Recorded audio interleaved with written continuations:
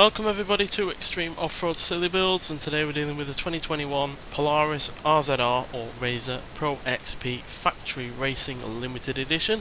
So it says 668 horsepower, 682 pounds-feet of torque from a 2-litre turbocharged inline-4 engine. The vehicle itself now weighs 2,183 pounds. It came with all-wheel drive, off-road tyres and off-road suspension as standard, although the tyre profile size is now taller. And it can now do 0 to 60 in 2.979 seconds, 0 to 106.867 seconds, and going to a top speed of 141 miles an hour. So yeah, we've had the other Polaris vehicle on this series already, the Pro XP Ultimate. Now yeah, that managed a time of 3 minutes 28.367. So yeah, not particularly quick, certainly far slower than some other kind of off-road, made vehicles. And yeah, given this has pretty poor handling, I'm not expecting any better from this, to be honest. Yes, the acceleration, launch, braking and off-road capability are all excellent, but the top speed isn't the greatest. It's even slower than the ultimate version of this vehicle, and yeah, obviously the handling is pretty poor as well. So yeah, and with high center of gravity and high suspension and yeah, a lot of ground clearance, it could also easily roll over. So yeah, it could go either way, but let's see what it can do regardless. So yeah, this has anti-lag on it, which I don't think the previous vehicle had, because that was before the Rally Adventure expansion came out. This is pretty loud. I was hoping it would be easy to quick. Even if our top speed isn't the greatest, hopefully we can maintain that top speed or near enough the majority of this run to hopefully make up for it. As yet, plenty of vehicles have been on this series before and gotten well over 141, at least at 2 or 3 points in the course. So yeah, got a lot of time to make up for with that top speed not being the greatest.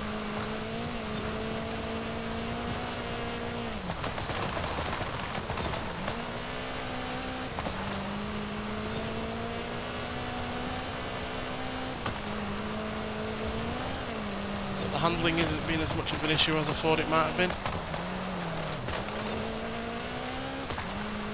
which is despite the fact this has more than 3 times the power it had originally. It had around 180 horsepower thereabouts. Big jump. Whoa, got a wheelie out of that. Don't think I've had a wheelie for a while after a jump like that. Shows how tall and quite soft this suspension is on this vehicle.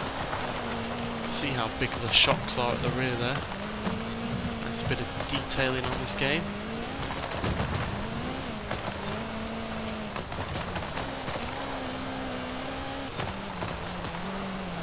But it's certainly quite agile, which is again despite the fact that this doesn't have the weight advantage of the Ultimate version, as this weighs a few £100 or thereabouts more. But it is quicker to 60, but it's also slower to 100, and obviously it doesn't have the top speed, so around 11 miles an hour, so yeah. Disadvantages and advantages as per usual with vehicles on this series, especially when comparing them against each other to other vehicles.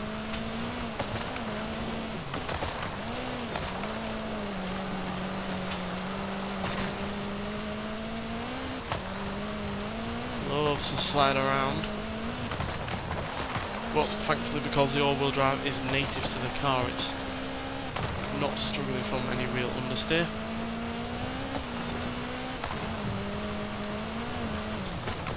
Yeah, pretty slow down there. Usually we are above 140, some have gotten closer to 160 on that bit, so definitely going to have to try and make up time somewhere else. Hopefully its agility and the fact it's got reasonably good acceleration will make up for that.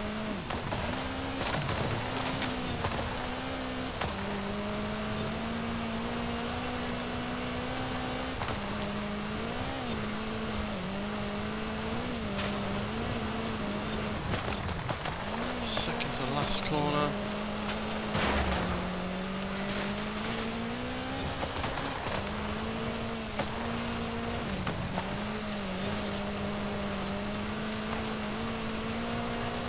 Well, we're quicker than the Ultimate was by a fair chunk there, at 3 minutes 26.748, so we're nearly 2 seconds quicker than the XP Ultimate. And yeah, that means that we're going to sit a far damn sight higher in terms of the rankings as well. So yeah, 3 minutes 26.748 puts us just behind the Bentley Turbo R, weirdly, by exactly 0.1 of a second. So yeah, that is a bit weird, the fact that this and a Bentley Turbo R, which certainly isn't meant for going off-road and certainly wasn't meant for the amount of power that we gave it in that episode, is slightly quicker than this vehicle. And yeah, we're also slightly behind the Subaru Legacy RS, which sits slap bang in the middle between this and the Bentley. So yeah, but we are quicker than other off-road vehicles like the Porsche 911 Desert Flyer, as well as the Land Rover Defender 110X and the 2021 Ford Bronco.